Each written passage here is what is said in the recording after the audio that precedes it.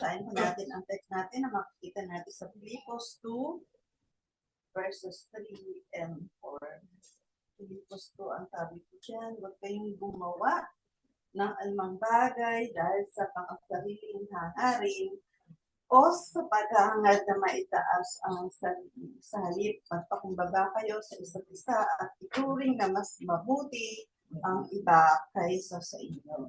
And verse 4, huwag lang ang sarili niyong kapakanan ang isipin niyo, kundi ang kapakanan ng iba.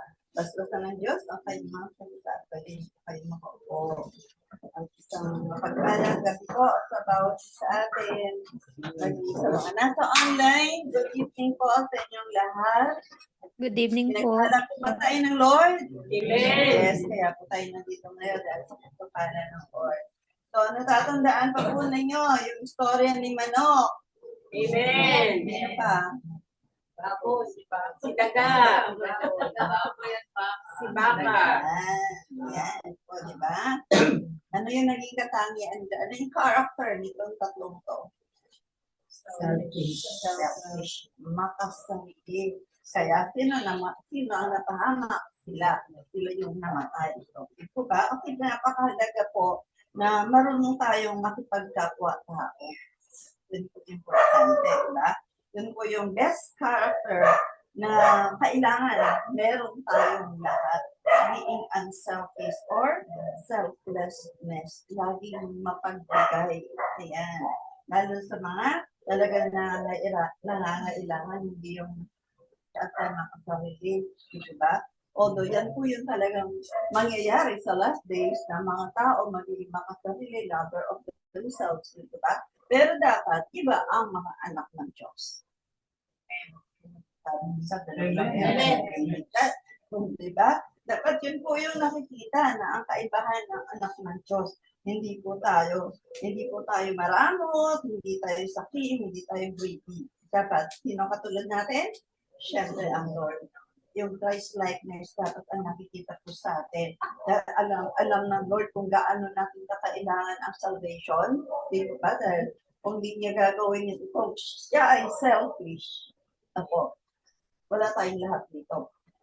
Pero pinakita ng Lord, yung example na dapat natin bayahin na maging unselfish po tayo. Binigay niya yung buhay niya para tayo ay maligtas. Ayan po ba? Ayan po yun. Siya yung unselfishly na binigay niya yung kanyang sarili na mamatay sa krus para lang sa ating kaligtasan. Kaya dapat bilang mga anak ng Diyos, bilang mga mananampalataya na napakilala na sa Lord, dapat imitate po natin yung character na ito ng ating Panginoon na naging selfless po tayo. Hindi naman ibig sabihin na selfless, wala ka nang tinira sa sarili mo. Pero mga gano'n naman tao na sobrang, lalo na yung partners, diba? Bigay naman lahat, wala nang tinira sa sarili, hindi na minahal ang sarili, binigay nila lahat. Hindi naman po yun ang ibig sabihin ng pagiging selfless. Hindi po ka. Yun po, yung kakayanan natin. Yun po ang hinahanap ng Lord. May kakayanan ka tumulong pero hindi ka tumulong.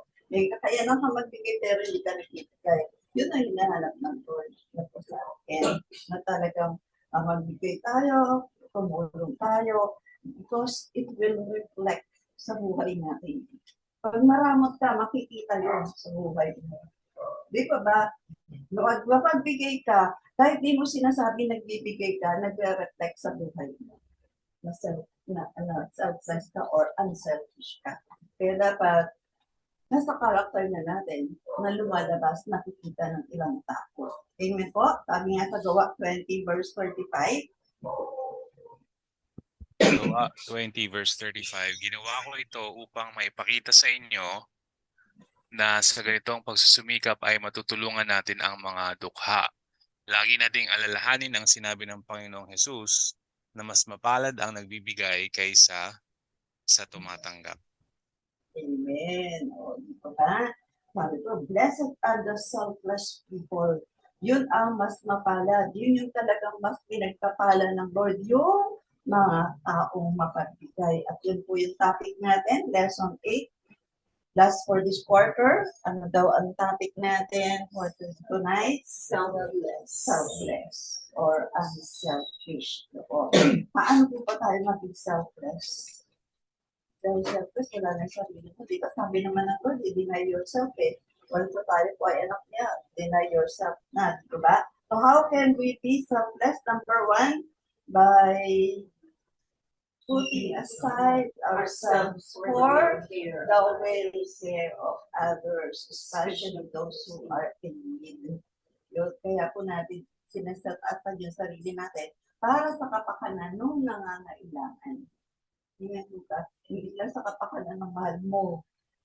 Kaya ka nagiging selfless, bigay mo na lahat sa kanila. So hindi po, yung nangangailangan talaga ng tulong po. Yan po yung tinutulungan. Kumbaga sinasa isang tabi po natin yung sarili natin kapakanan para lang po makatulong tayo sa mga nangangailangan. Ganun po tayo na katulad ng Iglesia ng Macedonia. Ito napakaganda example ng church na to. Dapat yung church natin ganito. Ako, dapat kita po na yung kanilang pagiging selflessness sa pamagitan ng pagtulong sa mga kapatiran sa Jerusalem. Sa mga situation. Sabi sa 2 Corinthians 8:4.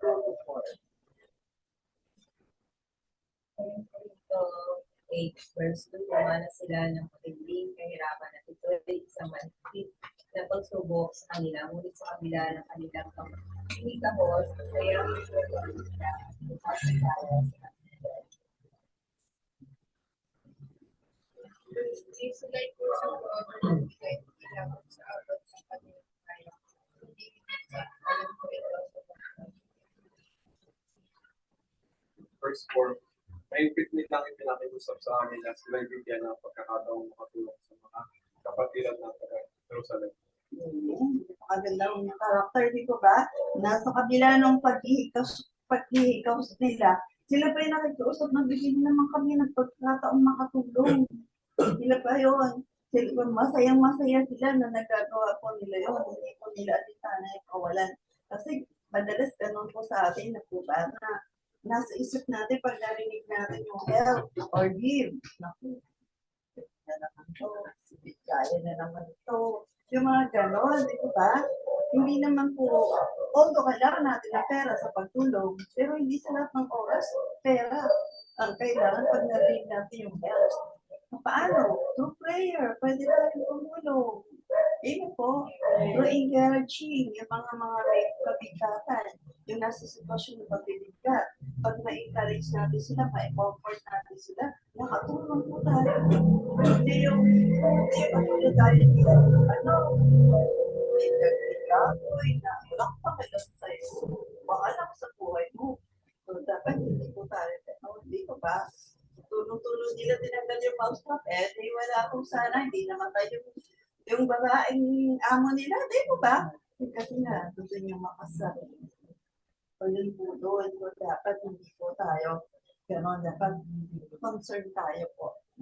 Maraming ways para maipakita po natin yung pagiging unselfish po natin sa kapwa po natin. Di ba? So kanyang paraan natin ma-impart yung love natin, yung care natin, yung concern po natin sa mga nangangailangan, lalo dito sa mga kapatiran po natin. Katulad po ni Moses, paano niya pinakita yung pagiging selfless niya sa pangunguna niya po sa mga taong matitigas ang ulo naman talaga. Di ba? Alam niya na maraming kasalanan sa mga Israelites na ito, pero nandoon po yung mas sinilig niya po sa Diyos na siya na lang, pasama mo na lang ako dyan sa mga hindi maliligtas, kasama mo na lang ako sa mga parurusahan mo. Gano'n siya ka-selfless. So talagang, nadaan niya isakripisyo yung salvation niya for the sake of the Israelites. Basahin natin sa Exodus 30-32.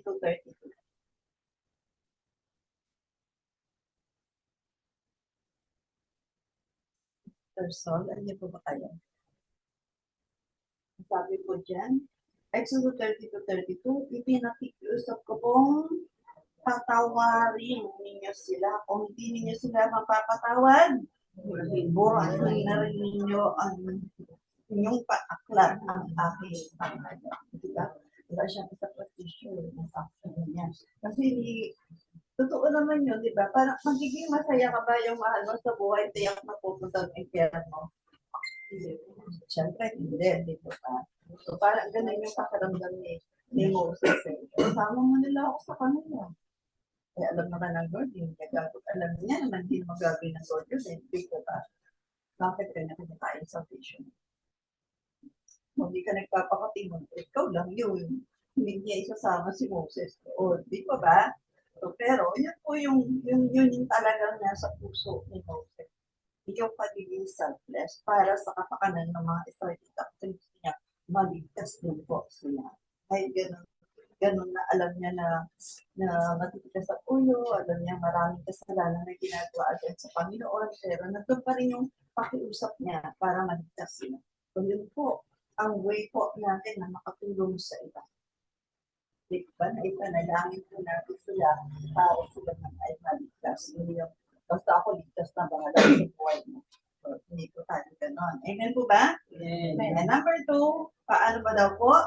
Considering Other other situation. situation, not only ourselves. Yan. Dapat pinoconsider po natin, inuunawa natin. Ako, isinasaalang-alang po natin. Ano ba yung pinagdadaanan nitong kapatid na to? Bakit ganito? Bakit ang suplada niya? Bakit ang init ang ulo niya? Maayon yung kapitat siya sa sitwasyon. Amen?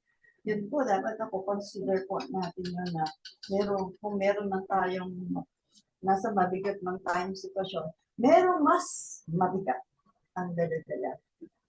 Amen po? Kaya dapat, hindi lang yung sarili lang natin, hindi yung kapakanan, iniisip natin. Kapag huwag ka ng pasaway, ang bigat na nga ng natin ako, pasaway ka pa. So, dapat, hindi. Diba? Kasi dadating din tayo sa pagkakataong kailangan din natin ng mga taong mag-comfort sa atin. Mga taong mag-encourage din sa atin. Kakailanganin din po natin yun. Kaya hanggat maaari, hanggat kaya natin, tayo to encourage others. Para pag dumating yung sitwasyon na tayo may kailangan, may mag-encourage din po sa atin. Pagtatanim lang yan, parang meron ka anin. Amen po ba? Amen. Yun, matututo tayong umunawa. Hindi po tayo yung palagi uunawain. Hindi tayo yung palagi na lang bibigyan. Hindi tayo yung lagi na lang aasikasuhin. Dapat matututo tayo. Yung welfare ng iba po, yung situation po nila, maintindihan din po natin. Yung po yun. Kailangan natin sa sitwasyon natin ngayon kasi hindi pa dali, hindi pa ginhawa ang buhay natin ngayon, di po ba? Nakikita niyo po ba yun na mas mahirap na yun kaysa dati? Kaya dapat ganun po tayo, maging katulad tayo, ni Ruth sa kanyang biyana na sino po yung biyana niya? Ngayon, pinapag-aralan na po natin ng character na to, di po ba? Alam niya kung gaano kabigat yung sitwasyon ng kanyang biyana ni namatay yung asawa, namatay yung dalawang anak, wala silang kabuhayan, kaya anong gusto niya? Bumalik na lang doon sa kanyang pinanggalingan lugar. Na gusto niya na lang mag-isa, bumalik, iwan niya yung kanyang mga manugang.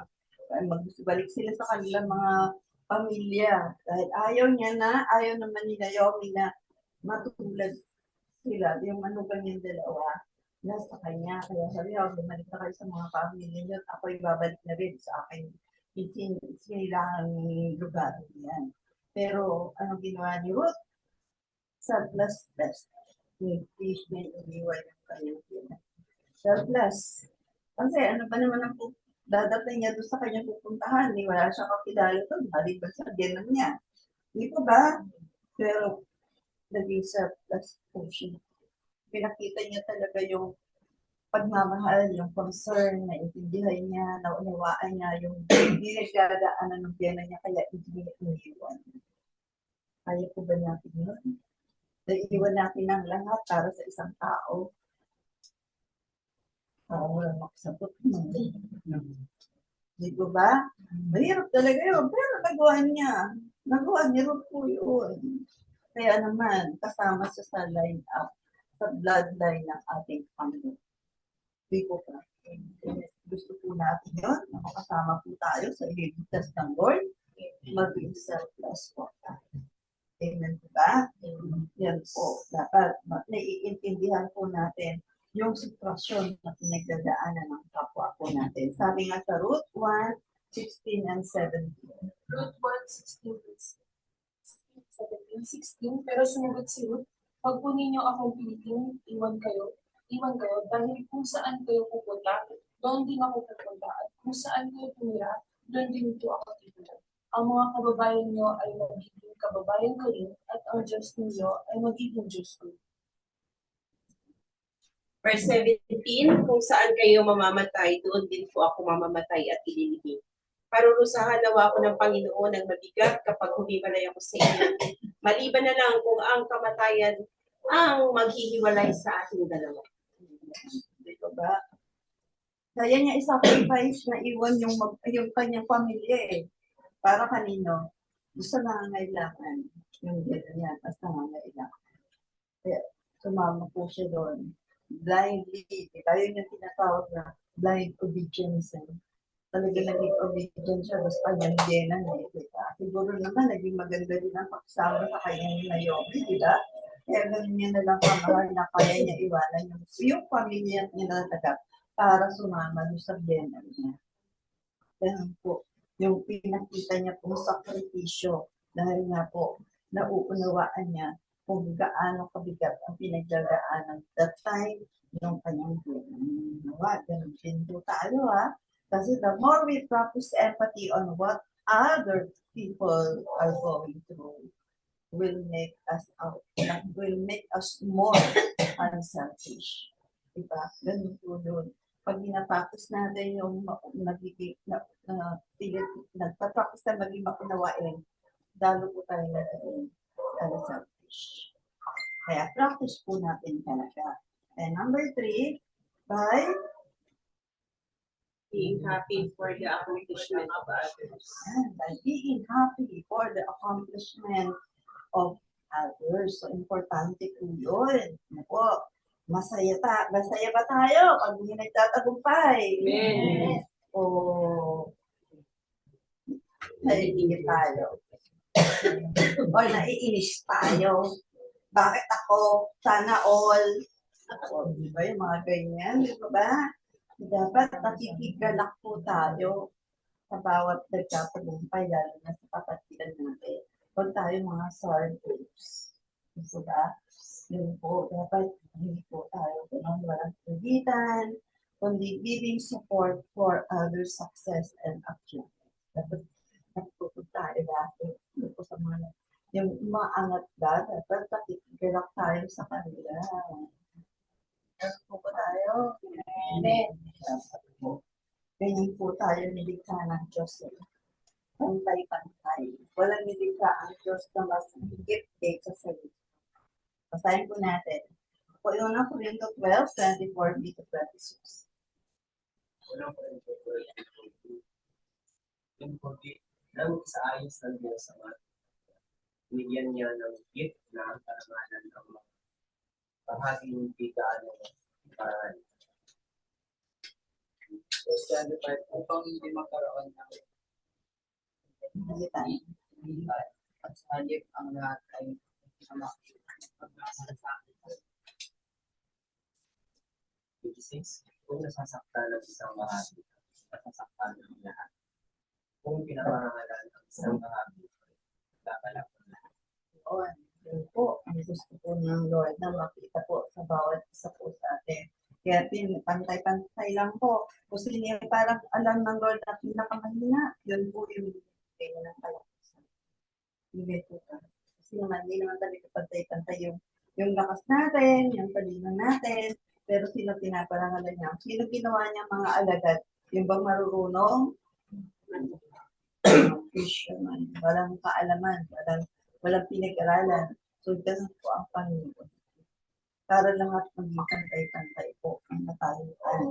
Ayaw ng Lord na meron pong invitan. Halit daw dapat ay magmalasakitan po tayo. Magmamalasakit po tayo na nararamdaman natin kung may problema ang sa kapatid natin. Kung nasasaktan siya, dapat nasasaktan din tayo. Hindi yung tumutulong pa tayo para masaktan siya. Makukuha ba natin yun? Yung may problema na siya, pabibigatin pa natin yung problema niya. Dapat hindi po tayo. Dapat tayo yung nag-encourage na tayo nag-enlighten pag sila po ay nasa kadiliman o nasa mundo ng kawalan, sabi niya.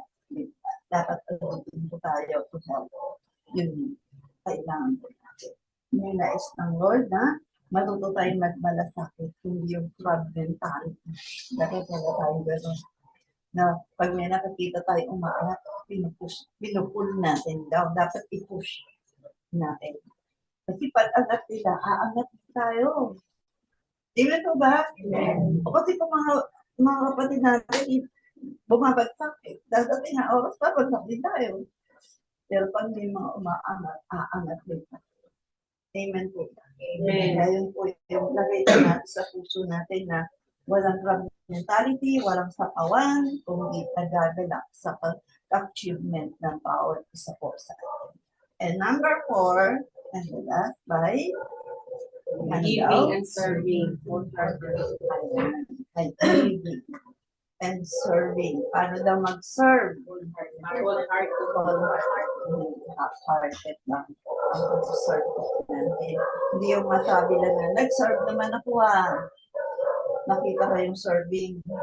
Baka hindi naramdaman na nag-serve ka pala. Pag wholeheartedly, nakikita po yung ginagawa natin.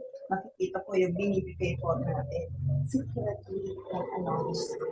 Dapat ganun po tayo eh. Pag nagbibigay, hindi pinagmamalaki natin yung ginawa natin. Ay, ako naglinis ng lahat ng yan. Mula doon sa isa na yan, nasa baba, ako naglinis yan. Yung mga ganun. O ako ang pinakamalaki magbigay sa church. Sabi nga po, dapat di ba ako ang ginagawa ng kanan, huwag na madami ng kaliwa. Tingnan po. Dapat wala naman tayo dapat ipagyapan. Hindi mo ba? Alam mo, wala ka binigay mo, baka mayroong mas malaki. Pero may binibigay po natin, sarili lang po natin dito with the Lord na lang po. Amen po ba? Ano naman yung ginagawa natin tulong, dito with the Lord na lang po at sa taong tinulungan po natin. Tingnan lang po. So, pag po tayo yung nagbubuhat ng sarili natin po. Amen po? Amen. Nung hindi tayo naghihintay na sa bawat gagawin natin may kapalit. Sa bawat ibibigay natin, dapat may kapalit. Basta pa nagbigay, hintay ka rin lang pala ng kapalit. Di ba? Dapat pag nagbibigay tayo, wala hindi naghihintay ng kapalit o hindi naghihintay ang papuri. Lalo sa pulpit, naririnig mo na tinataas ka, huwag po natin asahan yun. Dahil dadating ang Lord, ang Diyos. Dadating ang time na ang Lord ang magbabataas sa atin. Yun yung masakit. May tao magtataas sa'yo, pero ang Diyos ang magbabataas sa'yo. Tingin po. Kaya huwag po natin. Kasi alam ng Lord yung nasa puso natin. Di po ba? Alam niyo na, hindi ba lang ako binatay, hindi ba lang ako tinaas, hindi ba lang ako pinasalaman. Yung mga ganon. Alam ng Lord po yan. Sabi ko Mateo 6:3-4.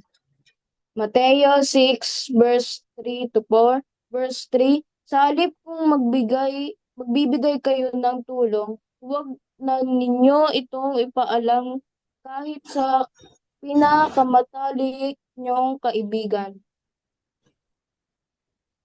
Verse 4, upang maging liyam ang pagbibigay ninyo, at ang inyong amang nakakakita sa ginagawa ninyo ng lihim ang siyang magbibigay ng gantimpala sa inyo.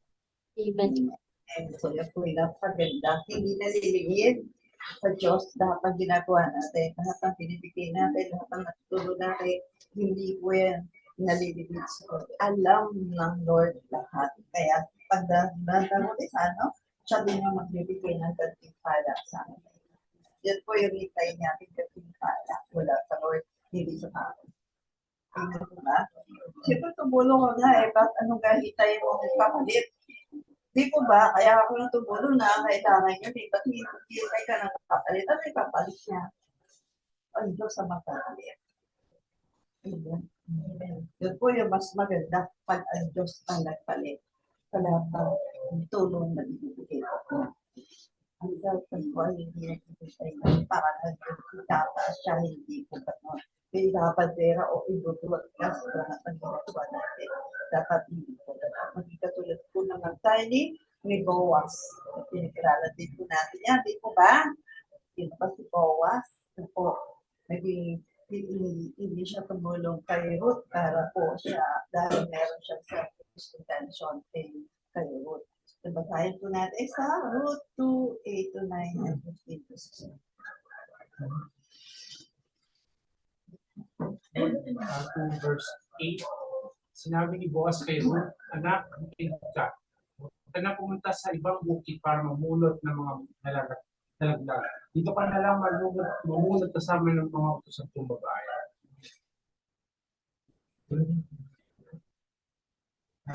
Verse 9, tingnan mo kung saan nag-aani ang mga tauhan ko sa at sumunod ka sa mga utusan kong babae.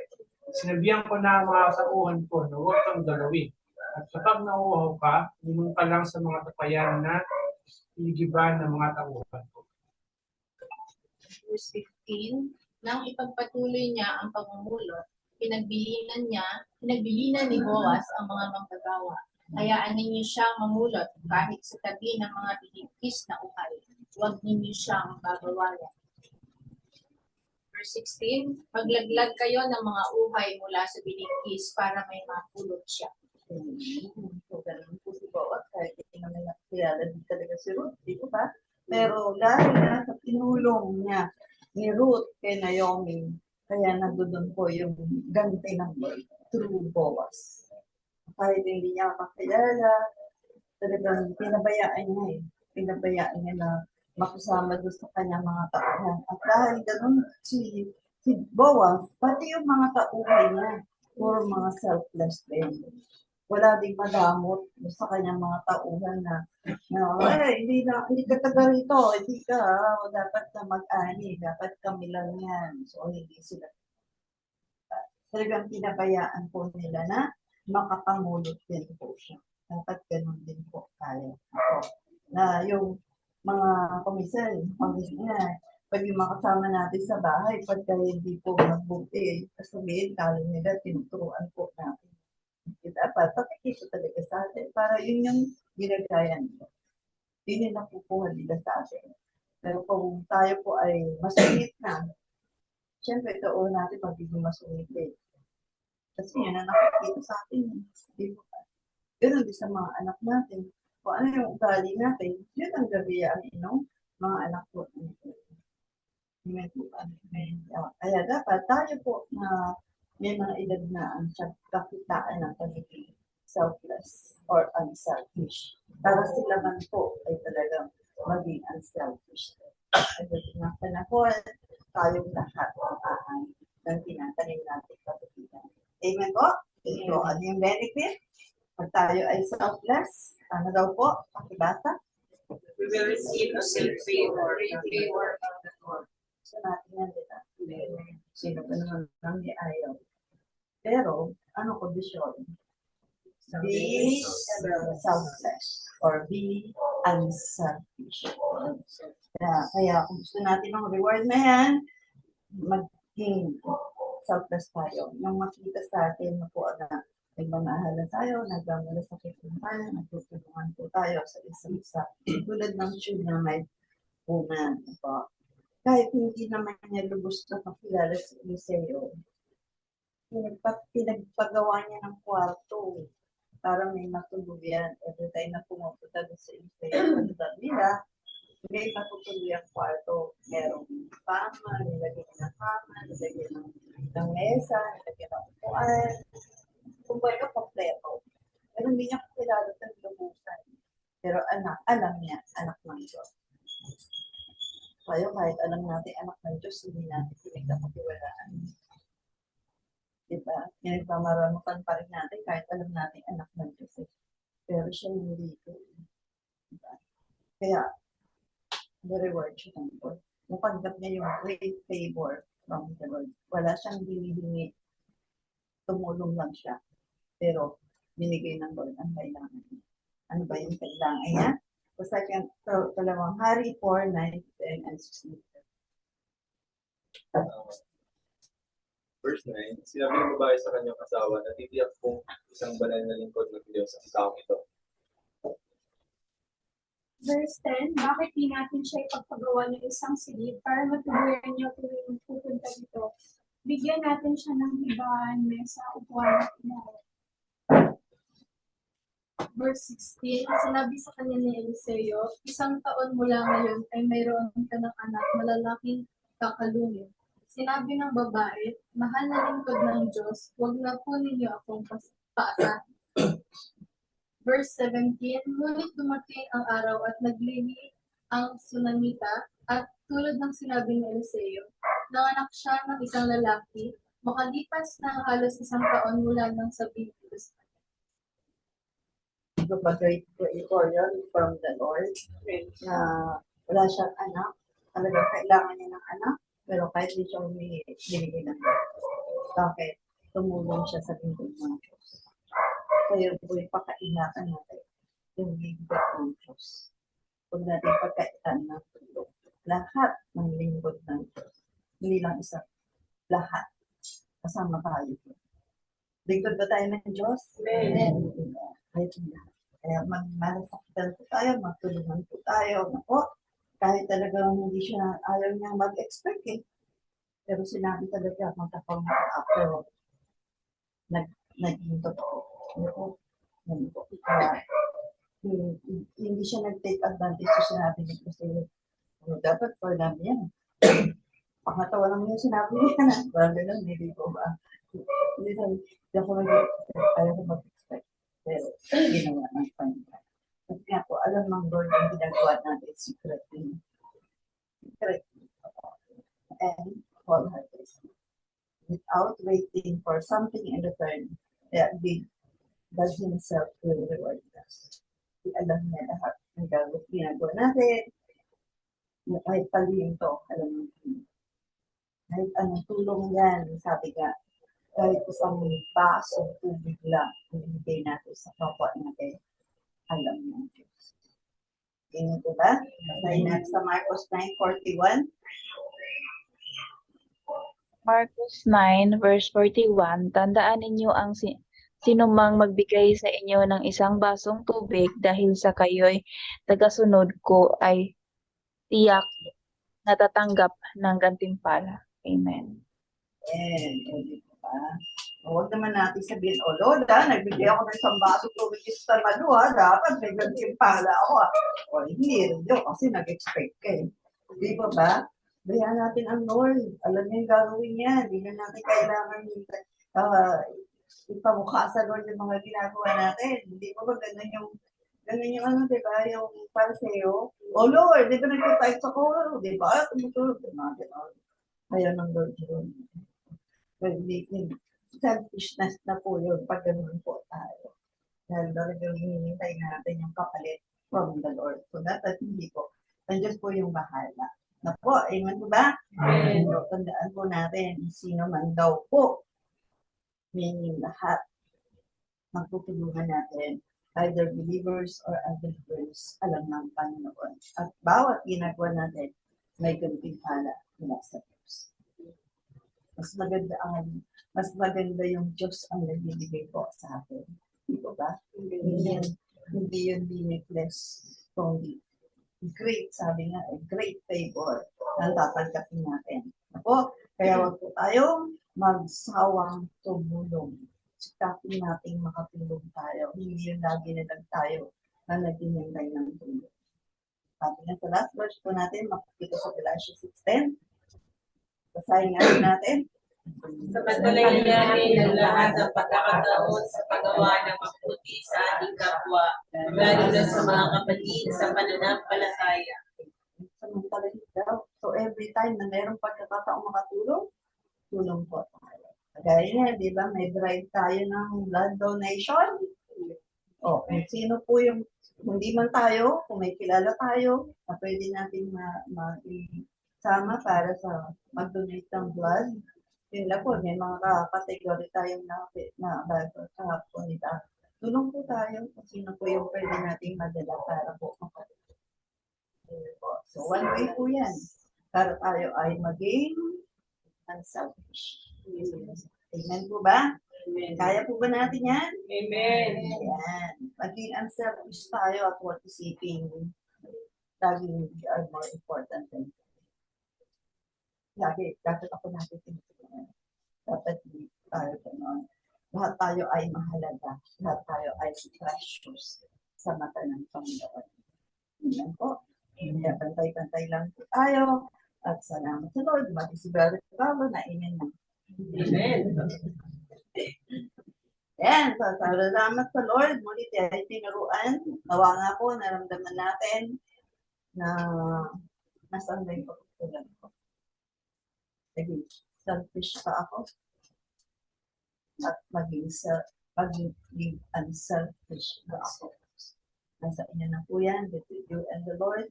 Kayo po ang nakakalang. So let us all be selfless children of God.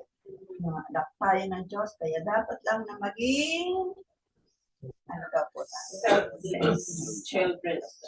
Anak po ba tayo ng Diyos? Amen. So when tatay natin, selfless. So ano dapat ang anak mo? Amen po? Amen. God bless us all po. Pagpapan natin ang Panginoon. So tayo na po tayo lahat. So, pinagkala po tayo lahat. Maging ang mga nasa online, nakuha po ba natin ang ating mensahe sa gabi ito?